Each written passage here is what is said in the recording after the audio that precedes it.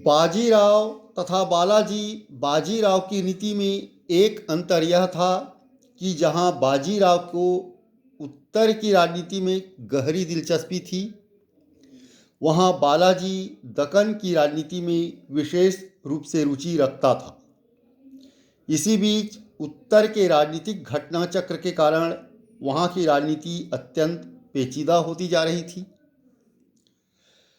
नादिर शाह के आक्रमण के बाद राजपूताना में राजनीतिक विच्छिन्नता तथा द्वेष का वातावरण बना हुआ था, जिसका फायदा जयपुर, जोधपुर, कोटा, बूंदी, उदयपुर आदि बड़ी रियासतें उठाने में लगी थी।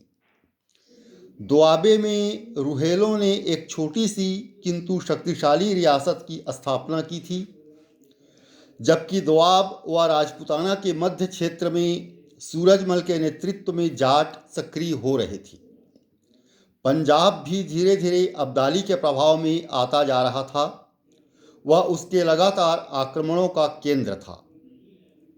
मुगल बादशाह अहमद शाह अपने शक्तिशाली अमीरों के हाथ की कठपुतली बना हुआ था।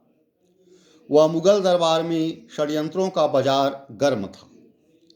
मुगल राज्य की सीमाएं वस्तुतः अत्यंत संकीर्ण हो गई थीं, क्योंकि अवध का क्षेत्र भी शाही गिरफ्त से निकल चुका था।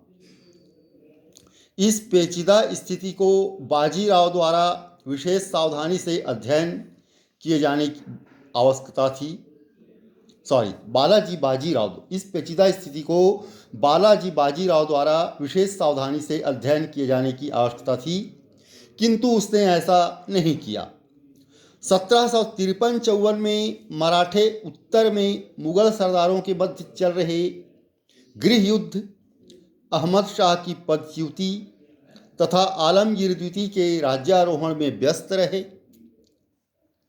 मराठों ने वसूली के लिए दिल्ली के आसपास के इलाकों में लूटपाट भी की।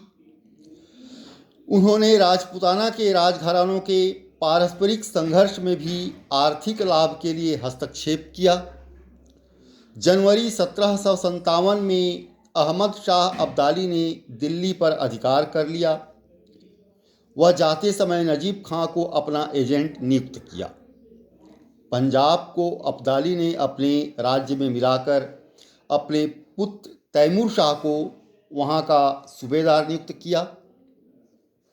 अफगानों ने आगरा, मथुरा, वृंदावन तथा गोकुल आदि क्षेत्रों में लूटमार व अत्याचार किए तथा वहां से लगभग 12 करोड़ रुपये की संपत्ति लूटी। इस सब राजनीतिक उथल पुथल को मल्हार राव तथा दत्ताजी सिंधिया एक मौन दर्शक की भांति देखते रहे। वैसे भी मराठा सेना संख्या व साधन दोनों ही दृष्टियों से अब्दाली का सामना करने की स्थिति में नहीं थी, किंतु बादशाह के आह्वान पर रघुनाथ राव ने दिल्ली को घेर लिया। 1 महीने के घेरे के बाद 1 सितंबर 1757 में उसने दिल्ली मराठों को सौंप दी और अपने मीर बख्शी पद का भी परित्याग कर दिया। दिल्ली पर अब मराठे हावी हो गए। 1758 में रघुनाथ राव ने सरहिंद तथा लाहौर पर भी अधिकार कर लिया। निचले दोआब में भी कुछ क्षेत्रों पर उनका अधिकार स्थापित हो गया। इन सब विजयों से मराठों को कोई तत्काल धन या क्षेत्र आदि की उपलब्धि नहीं हुई। उनके प्रभाव व प्रतिष्ठा में वृद्धि अवश्य हुई। पंजाब पर अधिकार करने के कारण अफगानों के साथ भी मराठों की प्रतिस्पर्धा फिर आरंभ हो गई।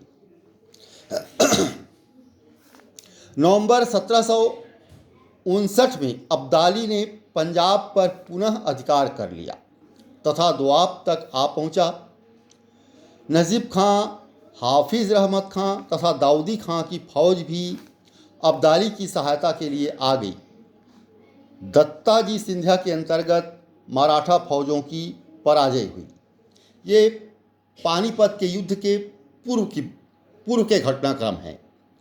इसमें अब्दाली और मराठों के बीच छिटपुट संघर्ष हो रहा था और मराठे भी और अब्दाली भी पानीपत के तृतीय युद्ध की ओर अग्रसर हो रहे थे।